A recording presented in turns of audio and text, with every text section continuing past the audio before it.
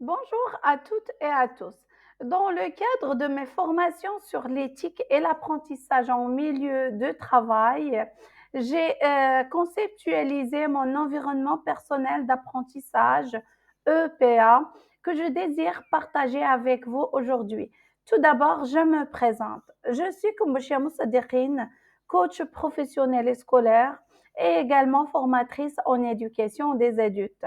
Mon EPA représente les contextes de mon apprentissage ainsi que les théories d'apprentissage sur lesquelles je me base pour préparer et concevoir mes formations. Il est sous forme d'un réseau qui a des objectifs spécifiques. Il représente également les outils que j'utilise pour mon apprentissage. J'ai composé quelques réflexions dessus que je vais partager avec vous et je vous présente le lien que je fais entre le coaching, la formation et mon EPA. Alors, mon EPA, c'est l'ensemble des contextes d'apprentissage personnel, scolaire et professionnel représentant mes formations formelles, non formelles et informelles qui me facilitent l'apprentissage tout au long de la vie, formant ainsi un tout cohérent et une boucle continue. Concernant les théories d'apprentissage que j'utilise, généralement, il y a les théories de connexionnisme ou bien l'auto-formation euh, éducative renouvelée. J'utilise également la théorie de l'apprentissage socio-constructiviste de Bandura qui se base sur l'apprentissage social et vicariant.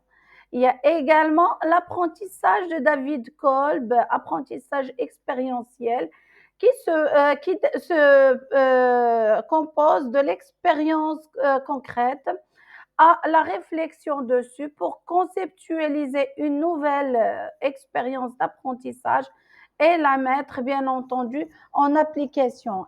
Et d'autres, j'utilise d'autres théories telles le behaviorisme. Concernant les objectifs de mon EPA, il me facilite de réussir mes objectifs d'apprentissage que je trace au début de chaque formation ou de chaque apprentissage. Il m'aide également à capitaliser et à gérer les connaissances, à gérer mes tâches intellectuelles et les partager dans les médias et les réseaux sociaux, à organiser mon poste de travail, tel mon bureau, mes classeurs et mes documents. Et en résumé, je peux dire que mon EPA est vraiment, c'est le moyen qui m'aide à m'informer, à me motiver, à m'activer, aussi à produire des formations qui doivent être apprenantes. Donc, concernant le réseautage, je peux dire que mon EPA est un réseau qui me facilite la participation et l'animation des communautés de pratiques liées à la formation et le coaching. Il m'aide également pour réaliser les finalités commerciales et socioculturelles de ma mission de coach et de formatrice. Euh, pour les outils que j'utilise pour apprendre et pour partager ma veille informationnelle, il y a la plateforme Éveil Coach qui est la base de mes formations, en fait, des formations que je présente à mes clients et sur lesquelles je fais des lives, je dépose des blogs, des vidéos, et ainsi de suite. C'est moi, aussi j'utilise mon EPA pour m'impliquer dans l'échange avec les autres et comme ceci, je développe mon apprentissage interpersonnel.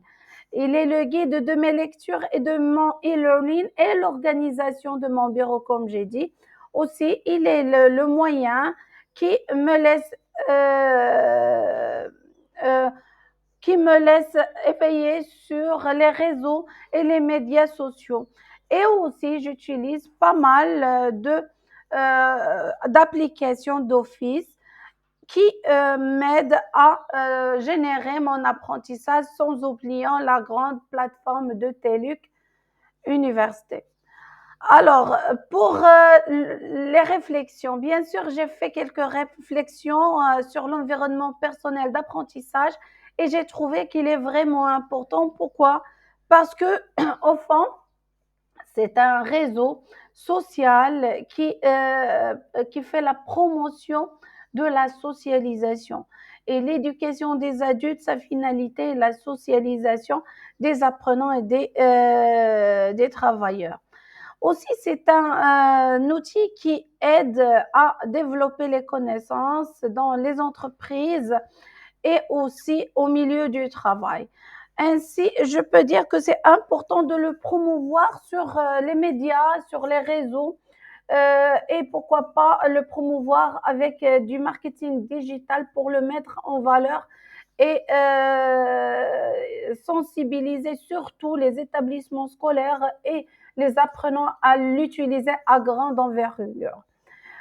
Concernant le lien que je fais entre le coaching et la formation et mon EPA, il est vraiment le guide que je laisse devant mes yeux pour rester éveillé sur le processus d'autonomisation dynamique en apprentissage que j'ai conceptualisé dans un cours précédent qui représente l'autodirection de l'apprenant via son autorégulation et sa motivation dans une interaction dynamique avec le dispositif de formation qui doit être souple et moins rigide pour réaliser un contexte favorable d'apprentissage autodirigé.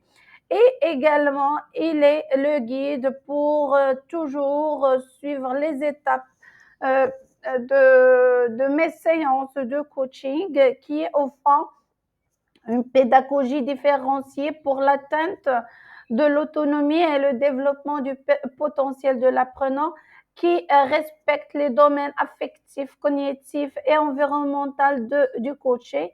Et ainsi, ce qui est vraiment formidable, c'est que le coaché et l'apprenant génèrent des prises de conscience et à base duquel ils formulent des options et des actions qu'ils entreprennent dans leur vie pour réaliser leurs objectifs. Ainsi, ma présentation prend fin et je vous invite à utiliser et à conceptualiser vous aussi votre environnement personnel d'apprentissage et je vous remercie de m'avoir suivi. Merci beaucoup.